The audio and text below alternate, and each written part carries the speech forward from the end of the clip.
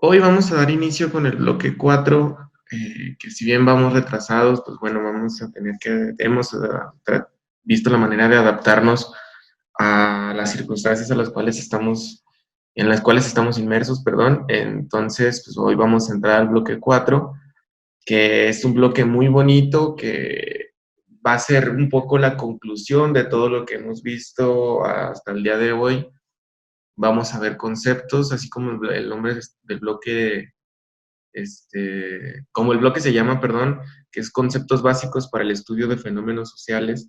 Así como su nombre lo dice, chicos, vamos a ver conceptos muy importantes que hemos utilizado a lo largo de todo el semestre. Los hemos visto, los hemos utilizado, los hemos manejado, los hemos discutido de manera implícita y explícita, pero en esta ocasión los vamos a ver ya más directamente. Vamos a ver su significado y vamos a ver cuál es la importancia de estos conceptos. Entonces, el tema número 1 de este bloque 4 son las categorías sociales. Les pido mucha atención, por favor, son pocas diapositivas, incluso una de las diapositivas ya las habíamos visto al inicio del semestre. Les digo, ya son conceptos que hemos trabajado, no son conceptos vírgenes, son conceptos que sí hemos desarrollado y que ustedes ya están un poco familiarizados con ellos. Sin embargo, sí les voy a pedir mucha atención, por favor, porque, pues bueno, vamos a entrar con la definición de los mismos, ¿no? Y para hablar de los conceptos básicos para el estudio de fenómenos sociales, tenemos que hablar de las categorías sociales. Y para eso vamos a ir con la primera diapositiva para preguntarnos qué es una categoría social. Una categoría social, chicos, como ven ahí, es el conjunto de personas que comparten aspectos y características comunes y que, aunque no se encuentren físicamente en el mismo espacio, participan de una misma organización, así como los intereses y pasatiempos, entre otros aspectos. ¿Esto qué quiere decir? Nosotros estamos acostumbrados, los zacatecanos estamos acostumbrados, ustedes, por ejemplo, en Valparaíso también están acostumbrados a la cuestión de la migración. Y aunque, por ejemplo, sus familiares no compartan o el mismo espacio físico que ustedes, no estén en el mismo lugar que ustedes, estén en Estados Unidos, puede que tengan mucho de las características comunes que tienen ustedes en Valparaíso, ¿sí? Lo que culturalmente son la sociedad de Valparaíso. Y comparten entonces aspectos y características comunes, algunos de sus familiares que viven en Estados Unidos, sí, pero vamos a ver que hay otros que ya no, por lo tanto, a lo mejor podríamos decir que no pertenecen a la misma categoría social. Sin embargo, tenemos que estar bien conscientes de que una categoría social puede estar dentro o fuera del mismo espacio físico en el que estamos nosotros. Es decir, puede que estemos dentro de la misma casa, del mismo municipio, de la misma escuela, del mismo estado, del mismo país, ¿sí? Pero no es un condicionante, ¿sí? Una categoría social no se condiciona tanto por el espacio físico, sino más bien por los aspectos y características comunes, tanto sociales como de organización, como intereses, pasatiempos, entre algunos otros aspectos. Vamos a ver que existen tres tipos de categoría social. La primera es la categoría social disyuntiva y por eso están subrayaditos así en cursivas, porque sí necesito que las tengan. Entonces, son tres categorías. ¿Sí? La primera, categoría social disyuntiva. Aquella que puede establecer algún tipo de exclusión. Es decir, nosotros podemos tener categorías sociales que se relacionen o que sus intereses comunes sean con base en la exclusión o que tengan un tipo, que tengan un determinado tipo de categoría y de organización que los convierta en esta categoría social. Por ejemplo, un ejemplo de categoría social disyuntiva sería un grupo de solteros en un salón que excluye al grupo de que tienen pareja, ¿sí? Por ejemplo, si dividimos a los salones, si tienen novio o no tienen novio, antes de que se depriman, pues bueno, ahí estamos ya hablando de una categoría social disyuntiva, ¿sí? Porque estamos excluyendo a los que no cumplen con ciertas características y estamos integrando esta categoría o este grupo social con los que sí presentan dichas características. Entonces, eso sería un ejemplo de una categoría social disyuntiva. Pero también tenemos la categoría social progresiva. Y esto es un poco más a cuestiones numéricas. Por ejemplo, bueno, categorías social progresivas son aquellas categorías que se pueden establecer mediante escalas. Y aquí es donde entra el ejemplo. Vamos a dividir al salón, al aula, o a todos mis grupos a los que les doy clase, los vamos a dividir por estaturas. Entonces aquí, más allá de que ustedes estén dentro de un mismo salón o que pertenezcan al mismo grupo, yo ya los estaría acomodando con base en su estatura. Y si nos vamos en ese tipo de, ¿cómo se llama?, de categorización social, pues ya estaríamos hablando, por ejemplo, vamos a hacer categoría social por edades, vamos a hacer categoría social por embarazos prematuros, vamos a hacer categorías sociales por niveles socioeconómicos, pero en términos muy, muy amplios, ¿sí?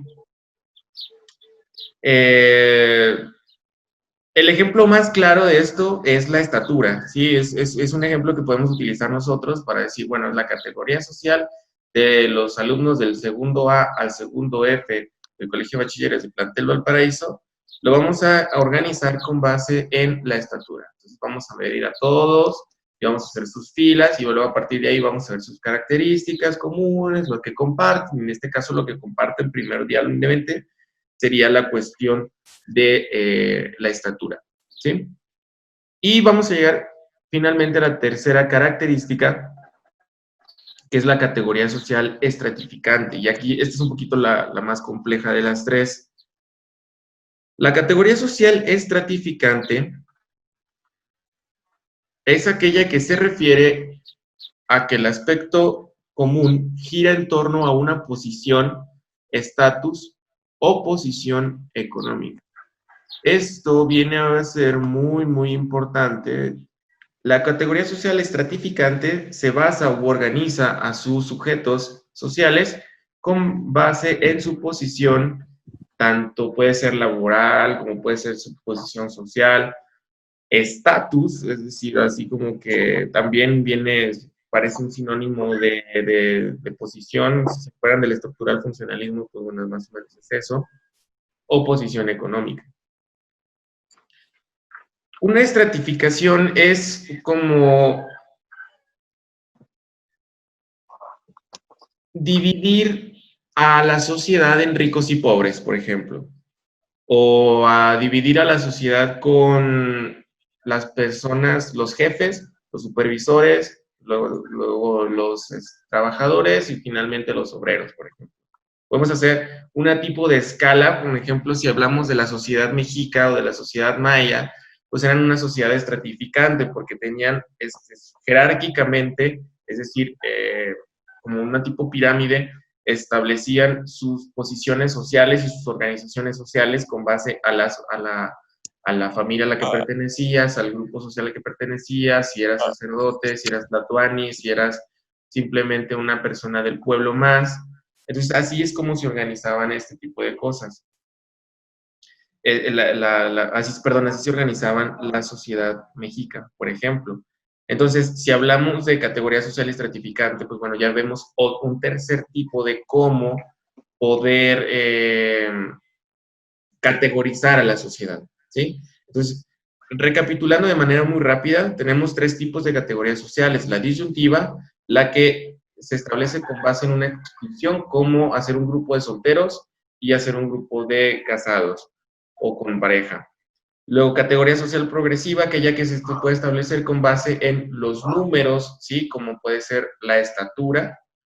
Y la categoría social estratificante, que ya va más relacionada a la cuestión económica, a tu posición social o laboral, o a tu estatus social o laboral o económico, ¿sí? A tu función, cuál es tu función, cuál es el rol que cumples, cuáles son las características que presentas socioeconómicamente hablando. Entonces ahí es donde va a entrar la categoría social estratificante. Y ahora vamos a pasar a un concepto muy importante, chicos, que lo hemos estado manejando bastante, que lo hemos visto mucho, que lo hemos discutido, que lo hemos definido en Wikipedia, que lo hemos definido en muchas, de muchas maneras. Sí, hemos tratado de hacer ejemplos, en todas las clases hemos mencionado esta palabra, que es el concepto que es sociedad. Sin embargo, pues es momento de establecer ahora sí bien lo que vamos a entender por sociedad en este sentido, para que ustedes ahora sí, finalmente, como conclusión del semestre, pues se den cuenta de que son parte y son sujetos sociales, ¿no? Pero ¿cuáles son estas características de la sociedad que los hacen ser parte de la misma sociedad o que los hace ser diferentes a la sociedad entre Valparaíso, como la sociedad de Fresnillo, como Tecas, como sociedades asiáticas, sociedades europeas? Bueno, ¿cuáles son estas características o por qué no? Si somos parte del mismo planeta, a lo mejor hablamos idiomas diferentes, pero somos seres humanos, ¿qué es lo que nos hace ser socialmente diferentes? Y vamos a ver entonces la definición de sociedad.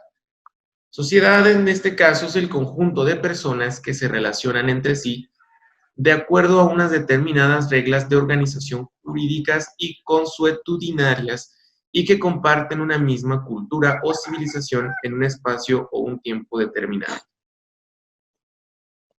En palabras para chicos de Cobaes que se acaban de despertar un miércoles a las 10 de la mañana, vamos a hacer una paráfrasis de este parrafito, ¿sí? Sociedad es el conjunto de personas que se relacionan entre sí de acuerdo a unas determinadas reglas o normas de organización que pueden ser jurídicas, como las leyes, que pueden ser morales también, pero necesitamos reglas de organización. Y esta palabrita de aquí, que se llama consuetudinarias, tiene algunos, digo, es un concepto complejo que tiene algunas definiciones que podríamos abordar, pero se los puedo resumir a que cuando hablamos de que una organización o reglas o normas son consuetudinarias, es que tienen consecuencias. Sí, un poco lo hemos visto en derecho, con sus compañeros de derechos, con sus compañeros de sociología de sexto y quinto semestre. Cuando hablamos de que una regla es consuetudinaria, entonces es cuando tienen consecuencias. Una sociedad no puede vivir sin normas o sin organización jurídica, moral, bueno, no puede vivir sin una organización que tenga consecuencias. Se han planteado a lo largo de la historia intentos de organización social que no tengan o que no cumplan con dichas reglas o con dichas normas, que se establezcan pues una sociedad sin normas y sin reglas. Un poco el ejemplo a lo mejor con la posibilidad de equivocarme, es la anarquía, ¿sí? Anarquía es sin gobierno, sin reglas, etcétera, etcétera. Entonces, si viviéramos en una sociedad anárquica, no tendríamos consecuencias de nuestros actos, lo cual nos llevaría a lo mejor a plantearnos o replantearnos el sistema de social. En este caso, para vivir en una sociedad necesitamos de reglas y de normas, tener relación entre sí, obviamente necesitamos un conjunto de personas, necesitamos consecuencias también cuando no se cumplen dichas normas o reglas, y sobre todo también que compartimos una misma cultura o civilización en un espacio, ojo con esto, o un tiempo determinados. Entonces, una sociedad, si estamos diciendo que una sociedad es aquella que se relaciona, bueno, un conjunto de personas que se relacionan entre sí, que tienen normas, que tienen reglas y que tienen características similares, culturales, que comparten hechos o características de la civilización en un lugar o en un tiempo determinados, pues eso es a lo que vamos a llamar sociedad. La sociedad de Valparaíso del periodo de la Guerra Cristera entre 1926 y 1929 no es la misma sociedad que que la sociedad de Valparaíso en el 2020, ¿sí? Incluso nosotros no somos la misma, o el siglo XXI, en el 2020 nos está enseñando que el siglo XXI a lo mejor recién está comenzando, porque estamos entrando a una etapa, a una revolución social, a una revolución cultural, a una revolución natural, a una revolución económica que antes no se había visto, ¿sí? Lo que está pasando en el mundo con los hackers, con en Estados Unidos, contra el racismo, lo que está pasando en México, la crisis mundial que se viene con la pandemia, lo que estaba pasando también en Oceanía, las nuevas características y los establecimientos y todo esta cuestión económica que trae China, el dominio petrolero entre Rusia y Arabia Saudita, todo eso que está pasando nos está diciendo que el mundo está cambiando. Y esto es muy importante. La sociedad que nosotros creíamos o creemos ser está en un momento de redefinición. Cuando comenzamos a redefinirnos como sociedad es porque empezamos a ver que las características culturales o de civilización que tenemos en el espacio ya no cumplen, ya no son las mismas, ya no nos logran definir. Entonces es a partir de ahí que con el tiempo también una sociedad puede cambiar y puede comenzar a definirse, ¿sí? A comenzar a repensarse. Somos la misma sociedad. Ustedes nacieron en el 2005, si mal no me equivoco. Ustedes nacieron en el 2005. La sociedad del 2005 es la misma que la que se viene en el 2020, 2021. Entonces, a partir de ese tipo de preguntas, son como nosotros podemos establecer la serie de relaciones culturales o civilizatorias que nos permiten establecer o que nos permiten conjugarnos para finalmente construir una sociedad. Tenemos por aquí tres características de lo que puede ser la sociedad. Vamos a ver que la sociedad, por ejemplo, podemos explicarla a través de tres estructuras. Bueno, según el sociólogo Eli Chinoy, nos dice que la sociedad está compuesta de tres estructuras. Primero, la estructura material, es decir, ¿quiénes son los que integran a la sociedad? ¿Quiénes somos los que integramos a la sociedad? Y luego nos habla del elemento formal. Bueno, ya sabemos quiénes son los que integran a la sociedad. ¿Cuál es el fin, objetivo o propósito de la sociedad?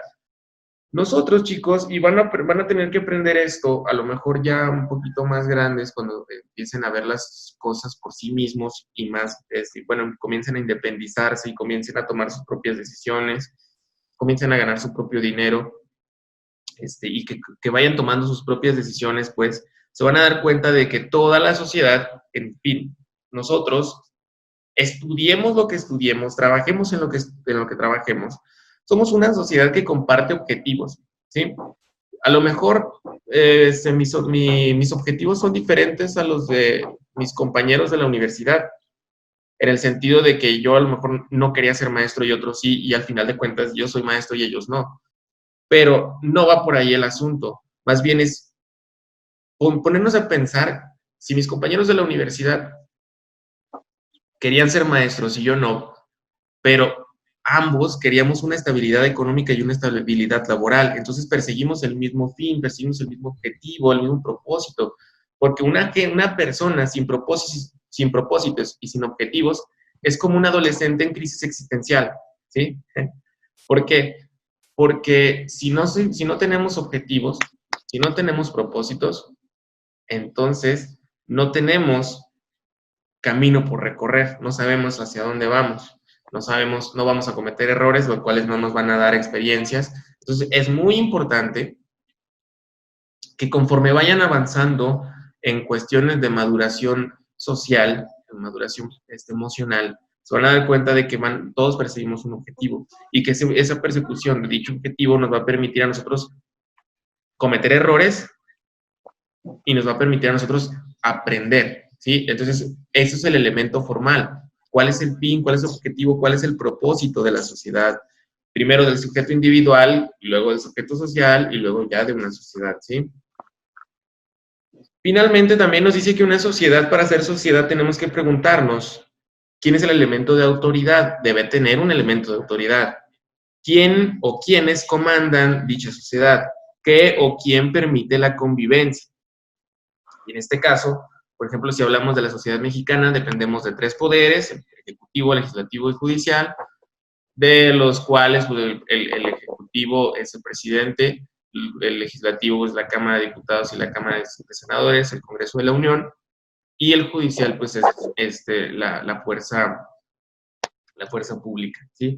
Entonces, aquí nosotros, por ejemplo, podemos decir que aunque nuestros presidentes municipales no sean del mismo tipo o no sean del mismo partido, no compartan los mismos ideales que el presidente de la República, pues sí pertenecemos a un mismo sistema de organización jurídica. Pero ¿qué pasa si tenemos elementos de autoridad morales diferentes? Nos hace ser, somos la misma sociedad en términos amplios o en términos, perdón, en términos estrictos, somos la misma sociedad los que son católicos con los que son testigos de Jehová o con los que son cristianos o con los que son mormones. Son la misma sociedad. Por ejemplo, en México, en un salón de clases puede haber 3 o 4 religiones que sí comparten muchas de las cuestiones sociales, que tienen elementos de autoridad social y jurídicas muy importantes, pero también tenemos cuestiones morales, ¿sí? No obstante, como estamos hablando de términos sociales, pues nos vamos a referir más a la cuestión jurídica en este caso para identificar a una sociedad, ¿sí? Entonces, nuevamente, recapitulando, una sociedad es el conjunto de personitas que comparten ciertas características culturales y en un espacio y un tiempo determinados, pero que también están sujetas a reglas y normas de organización jurídica y que tienen consecuencias, ¿sí? Sin consecuencias no hay sociedad, sin reglas no hay sociedad, sin conjunto de personas no hay sociedad, no hay una sociedad de un solo individuo, ¿sí? Dentro de, bueno, siguiendo con las características de la sociedad, vamos a hablar que hay unas 5 características primordiales más que también necesitamos tener en cuenta para entender lo que es la sociedad, ¿sí? Algo muy importante de lo que es la sociedad, chicos, es el sentido de pertenencia. Y esto yo creo que lo han escuchado muchísimas veces desde la primaria, formación cívica y ética, historia. En todos lados han escuchado el sentido de pertenencia, que no es más que otra cosa que la identidad, o sea, sentirse perteneciente a algo, a alguien o a algunas características o a algún lugar, ¿sí? Entonces, a eso le llamamos sentido de pertenencia. Entonces, el sentido de pertenencia que tienen los individuos que conforman la sociedad genera unidad a partir de un espacio físico también, ¿sí? ¿Podemos identificarnos de muchas maneras con personas que no comparten nuestro espacio físico? Claro. Entonces, la identidad viene a ser muy importante en la construcción de la sociedad, ¿sí? Porque nos hace pertenecer a un grupo, nos hace identificarnos con alguien o con algo, nos hace compartir gustos musicales, nos hace compartir intereses y propósitos intelectuales, académicos, románticos, financieros, morales, religiosos, culturales. Hay gente que le gusta la danza, hay gente que le gusta el deporte, hay gente que le gusta la charrería, en fin. La identidad, eso que nos hace ser pertenecientes, eso que nos hace ponernos la playera de un grupo social, en este caso, por ejemplo, lo que nos hace ponernos la playera de Valparaíso, del COBAES, lo que nos hace pertenecer a nuestra propia familia, pues lo que nos hace identificarnos con un grupo, por ejemplo, como un grupo universitario, un grupo de danza, un grupo de teatro, etcétera, lo que nos hace pertenecer, lo que nos hace ser parte de un grupo, a eso le vamos a llamar identidad. Y es precisamente lo que viene a bien establecer estas relaciones, este conjunto de relaciones sociales que nos integran o nos definen como sociedad. La identidad, entonces, chicos, es muy importante, es un concepto muy, muy, muy, muy complejo, es un concepto muy importante también. Sin embargo, sí es muy complejo la identidad, ¿sí? Pero como característica primordial de la sociedad, la identidad es muy, muy, muy importante. Otra de las características primordiales de la sociedad es compartir un espacio delimitado geográfica y culturalmente. Les decíamos que a lo mejor no necesariamente que compartamos un espacio físico viene a ser uno de los condicionantes para pertenecer a un grupo o a una sociedad. Sin embargo, sí influye muchísimo el hecho de estar dentro de un espacio geográfico delimitado. Pero también viene a ser muy importante un espacio cultural, ¿sí?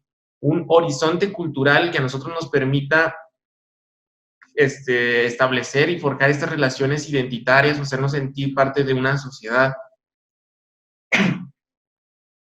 Por ejemplo, y en una situación muy personal, cuando yo me voy a Valparaíso a vivir, yo venía de trabajar, había trabajado aquí en Zacatecas, había trabajado en Fresnillo, y después me fui a trabajar a Valparaíso, pero nunca había visto tanto el arraigo con, por ejemplo, estas cosas. Nunca había visto tanto el arraigo en algún lugar con la banda de guerra. Y en Valparaíso todo el día, todo, bueno, ahorita están F, ¿verdad? Como dicen. Pero todos los días había banda de guerra, todos los días son, los niños del kinder, por Dios, eso nunca lo había visto, los enseñan a la banda de guerra. O sea, sí, sí vemos bandas de guerras en los kinders, pero ahí está tan arraigado la cuestión cultural que hasta se compiten con sus amigos de escuela que no quiero mencionar para ver quién es mejor, ¿no? Entonces, eso también es una cuestión identitaria muy importante, que lo comparten por su espacio cultural. Otra cosa, también me doy cuenta que la cuestión de la danza es muy importante también para el municipio, no nada más para un colegio, ¿sí? No nada más para una escuela, es para el municipio, porque la danza es muy importante, ¿sí? A tal grado de que hay maestros, docentes y colectivos de danza muy importantes a nivel estatal. Otra cosa que también me encantó mucho, bueno, ya nada más para dar dos ejemplos de su espacio cultural y geográfico, es la cuestión de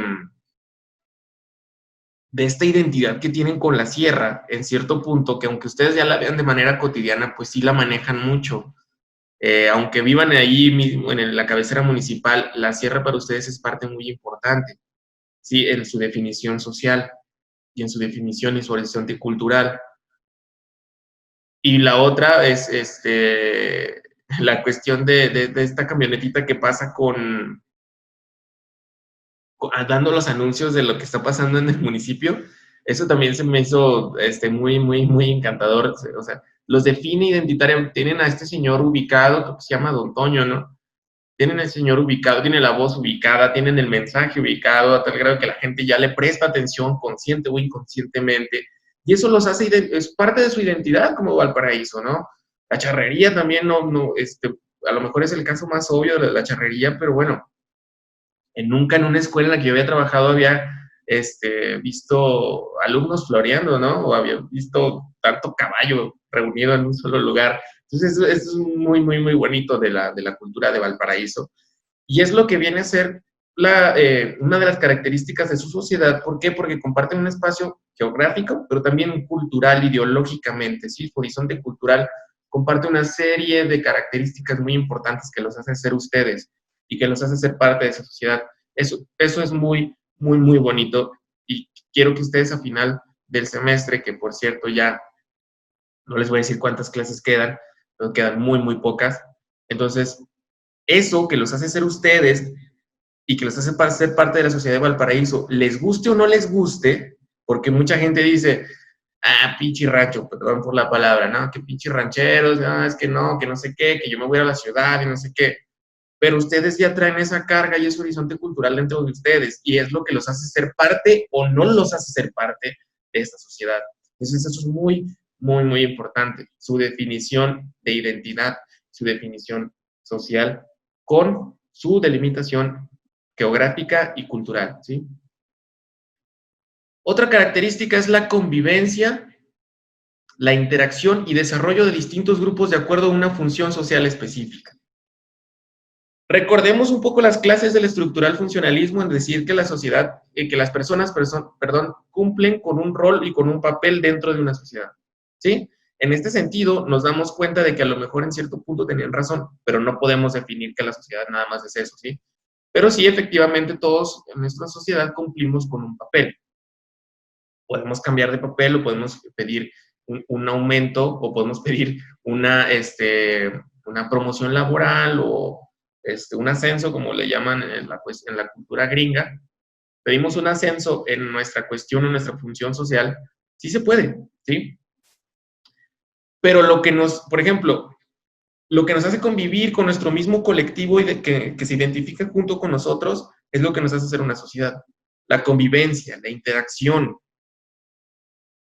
La gente que es charra por cuestión cultural, más que por cuestión de ganadería, la cuestión cultural, que se dedica o que tiene mucha relación e interacción con la gente charra, pues eso es lo que los hace pertenecer a este grupo social o identitario con los charros, ¿sí? Pero también existen otras personas que son charros no nada más por la cuestión cultural, sino porque toda su vida se han dedicado a la ganadería y vieron ahí un área de oportunidades donde su ganado, sus caballos, los pudieron tanto rentar o vender o entrenar para la charrería, o incluso sus hijos van creciendo con esa idea y al final de cuentas se hacen charros, ¿no?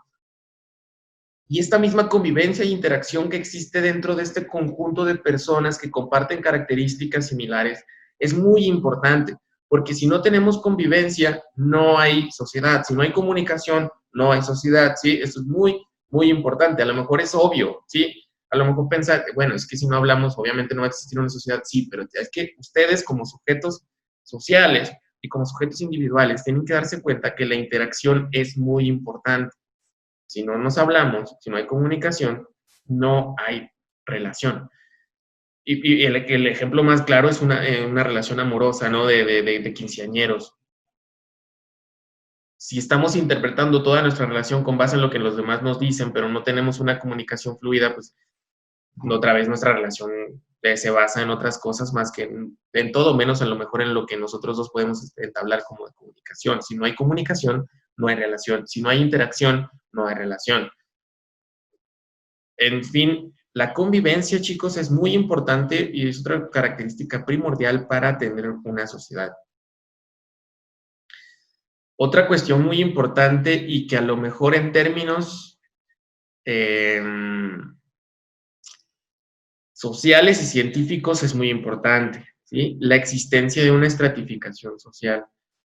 Ideológicamente y a mí la estratificación social no me agrada, ¿sí? Es muy, pues es complicada, sí, pero si hablamos en términos científicos, en nuestra realidad, en nuestra actualidad, pues sí, una estratificación social es necesaria, es importante para el desarrollo de la sociedad. Que existan pobres y que existan ricos son importantes para explicar nuestra realidad social. No estoy diciendo que sea bueno que existan, sino que, que, ¿cómo decirlo? Que entablen y que tengan sus propias identidades culturales. Por ejemplo, un arquitecto que tiene un bufete de arquitectos en un edificio de la Ciudad de México que se encarga de hacer obras magnas, obras enormes como rascacielos, como aeropuertos. Ese arquitecto a lo mejor ya no tiene nada de relación con los albañiles. Y los albañiles, por ejemplo, van a hacer una fiestotota, van a aprender el asador, van a tener un tiempo de relax el día 3 de mayo, 3 o 4 de mayo. Entonces, esta relación, interacción y esta identidad que tienen los albañiles con el Día de la Santa Cruz, ya no la va a tener este arquitecto que salió de una universidad muy prestigiosa, etcétera, etcétera. Y si se dan cuenta, uno depende del otro, ¿sí?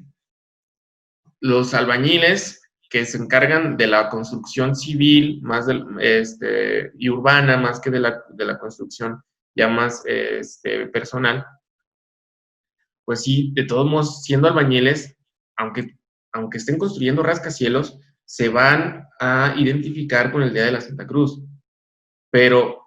y que vienen a entablar una relación muy importante con los arquitectos que son los encargados de las obras enormes, ¿no? Pero si se dan cuenta, necesitan del espacio uno del otro para poder ser quienes son y para poder ejercer su oficio, su profesión. Entonces, esta existencia de la estratificación social nos ayuda mucho a entender la realidad social en la cual estamos, a entender mucho de lo quienes somos y a entender mucho de las decisiones que tomamos como sociedad, de los presidentes que elegimos, de los líderes morales que tenemos. O sea, todo eso nos permite a nosotros darnos cuenta de que somos diferentes, de si hay ricos y hay pobres, y nos permite también identificar las características sociales que tiene este mismo conjunto de personas. Finalmente, y algo muy importante, es el establecimiento de relaciones de poder entre los grupos sociales. Una sociedad que no establece relaciones de poder, como les habíamos dicho, no está organizada. Siempre, generalmente en la sociedad, debe de existir líderes y debe de existir gente subordinada. No en términos malos. La gente subordinada es, por ejemplo, si en el grupo de segundo D existe un jefe de grupo o una jefa de grupo y es líder, que la gente le sigue y que le hace caso y que no nada más va para las copias, los demás son sus subordinados, pero no en términos malos, son subordinados porque ellos eligieron al jefe de grupo o porque este jefe de grupo se, se propuso, pero al final de cuentas la gente lo aceptó, entonces eso le llamamos liderazgo, y a los que en cierto punto están detrás de él le llamamos subordinados. Entonces siempre vamos a establecer relaciones de poder para una organización de la sociedad, no es más que eso, para la organización de la sociedad. En nuestra misma casa existe, o sea, saben quién manda entre nuestro papá y nuestra mamá. A lo mejor a veces tenemos relaciones equitativas, pues sabemos a quién le vamos a ir a pedir permiso, a ver si nos va a dejar ir a la charreada, sabemos a quién le vamos a pedir permiso para ver si vamos a una pijamada, o si nos dejan ir a Toto, sabemos a quién ir a pedirle permiso. Y a veces existe ¿cómo decirlo? Un equilibrio entre quién toma las decisiones en el hogar, pero hay personas que toman el poder de la economía y quienes toman el poder de las decisiones familiares. Es esto, organización, nada más. Sin organización no hay sociedad. Y luego ya vamos a entrar a algo que ya habíamos visto, chicos, que no queda más que recordárselos, que es la socialización, ¿sí? Ya saben, existen 3 tipos de socialización: primaria, secundaria y terciaria. Lo voy a leer rápido, nada más para que se acuerden. La socialización es actividad que consiste en la forma en que una persona, de forma consciente, va adquiriendo conocimientos y conductas debido al contacto que tiene con la sociedad. La socialización implica también la influencia que recibe un individuo de la cultura, del medio ambiente y de los demás factores sociales, que al ir interactuando las va integrando a su persona. Acuérdense que ya habíamos visto eso al inicio del semestre, pero es importante que lo recuerden, ¿sí? Que nosotros estamos sujetos a 2 tipos de socialización, porque espero que nadie de aquí sea criminal, o pues bueno, si en algún momento necesitan la socialización terciaria, pues bueno, ya los apoyaremos, ¿verdad? Pero la socialización primaria, acuérdense que se da en el seno familiar, se dan las primeras interacciones sociales, ciertas instituciones educativas también, como lo son los CENDIs y este tipo de centros de desarrollo infantil.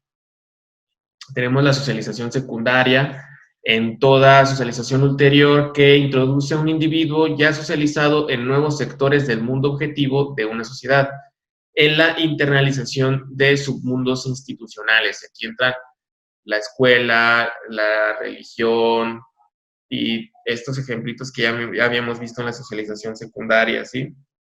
Y pues ya la socialización terciaria, que es un proceso de reintegración social solamente aplicable a aquellos que han sufrido una desviación a la norma, también se denomina resocialización. Eso ya lo habíamos visto, espero que haya quedado claro con ustedes. De todos modos, posiblemente vengan el examen final, no lo sé, pero pues pónganse muy truchas. Funciones de la sociedad. Y con esto, esta es la función primordial de la sociedad. Procurar el bien común de quienes la integran. Suena un poco irónico con todo lo que estamos viviendo ahorita. Estamos encerrados aquí en la casa, pero fuera de nuestro hogar están pasando cosas bien muy importantes para la historia global, chicos. Créanme, ustedes están viviendo una etapa muy importante en la historia de toda la humanidad. No estoy hablando de la historia del siglo XXI, estoy hablando de toda la historia de la humanidad, de miles de años de humanidad, miles de años de humanidad. 10,000 años tiene el ser humano, más o menos, como ser humano como tal. Y ustedes están viviendo un hecho histórico muy importante de todos esos 10,000 años de humanidad. Cuando ustedes tengan 85, 89 años y sus nietos estén viendo sus clases de historia, les puedo asegurar que esto que están viviendo ustedes, que todavía no tiene fin y no sabemos cómo va a terminar, va a estar en los libros de historia y ustedes van a decir, sí, yo fui partícipe de eso, yo lo viví, ¿sí? Entonces, parece irónico, pues, que decir que una sociedad lo que mayor quiere o lo que las características primordiales de la sociedad es buscar el bien común de las personas que integran a la sociedad. Pero ese es el objetivo primordial de crear grupos sociales y de categorías sociales y de la sociedad. Porque si yo no comparto las mismas características sociales que mi amigo el chino, mi amigo el ruso, mi amigo el argentino, no comparto los mismos intereses, no comparto las mismas cuestiones culturales, no le voy a hacer daño y él no me va a hacer daño a mí. Lo que intentamos es que yo me voy a identificar con mi propio grupo para que él se identifique con el suyo y para que nosotros, a partir de verdades y de perspectivas diferentes en torno a lo que es la sociedad o la vida, pues vayamos buscando este caminito que nos haga tener un bien o que nos haga bien o que nos haga ser personas mejores, cada quien de su propia perspectiva.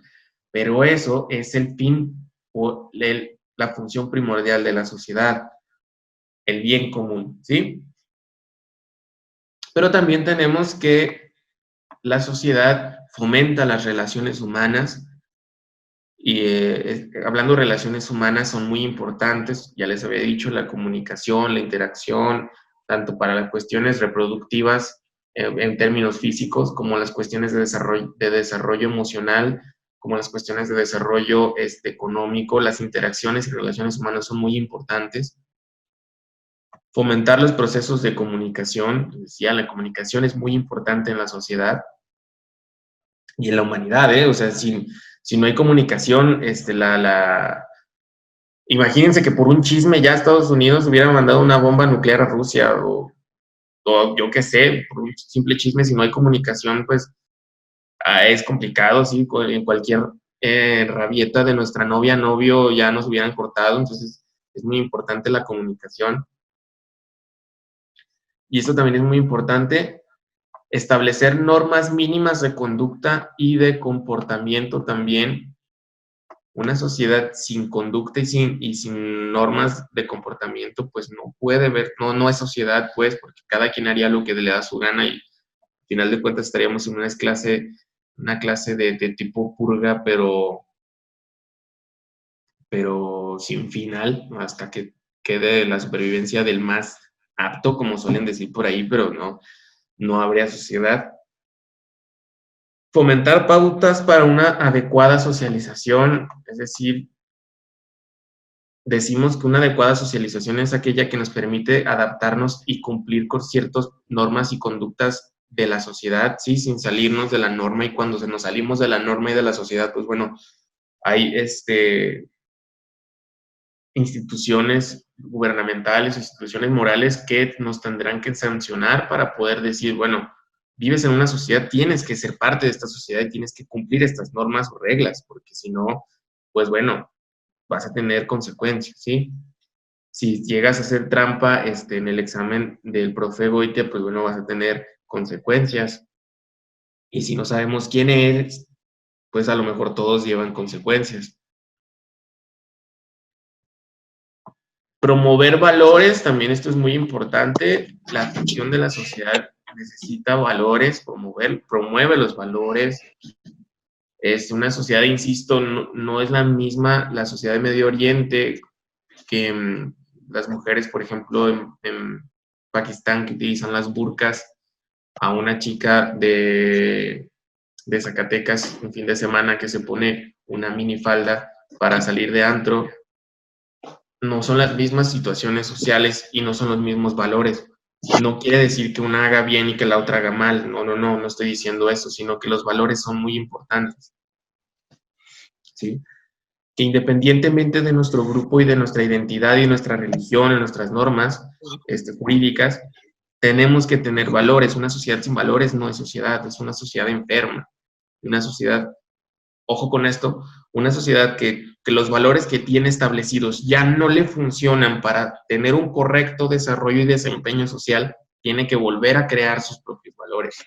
Por eso a lo mejor nosotros ya no nos identificamos tanto con la religión como nuestros padres o madres lo hacían o lo hacen, porque esos valores ya no son suficientes para que nosotros nos sintamos definidos como agentes sociales o como agentes morales. Entonces empezamos a crear, a pensar que a lo mejor ese conjunto de valores o ese horizonte cultural que a mi mamá o a mi papá le dieron consuelo y le permitieron ser la persona que es, ya no son los mismos que yo pienso, que yo creo que no me satisfacen, pues.